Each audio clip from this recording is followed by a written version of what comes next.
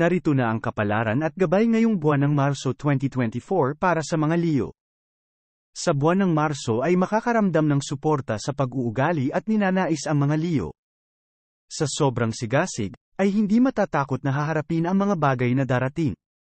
Sa kabila ng tagumpay ay maaaring magkaroon ng mga taong magpapakita ng hindi magandang intensyon gaya ng inggit na siyang ikakasira ng reputasyon at maging ang pakikitungo sa loob ng social circle. Sa kabila nito, mamumukod-tangi ka dahil may mahusay kang pakikitungo sa ibang tao. Gamitin mo ito ng mahusay upang hindi magtagumpay ang masasamang binabalak laban sa inyo.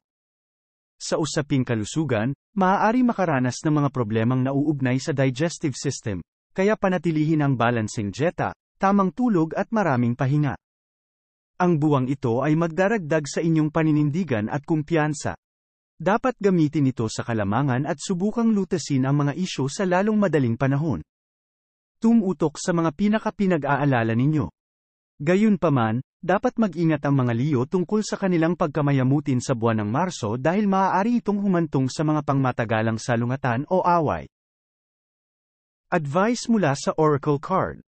Panatilihin ang pagiging mahinahon at pagiging mabait sa anumang uri ng sitwasyon. Mag-focus sa iyong mga minimithi sa buhay, ang mga ito ay mapapasa iyo sa tamang oras at takdang panahon. Thank you for watching. Follow, like, subscribe and share.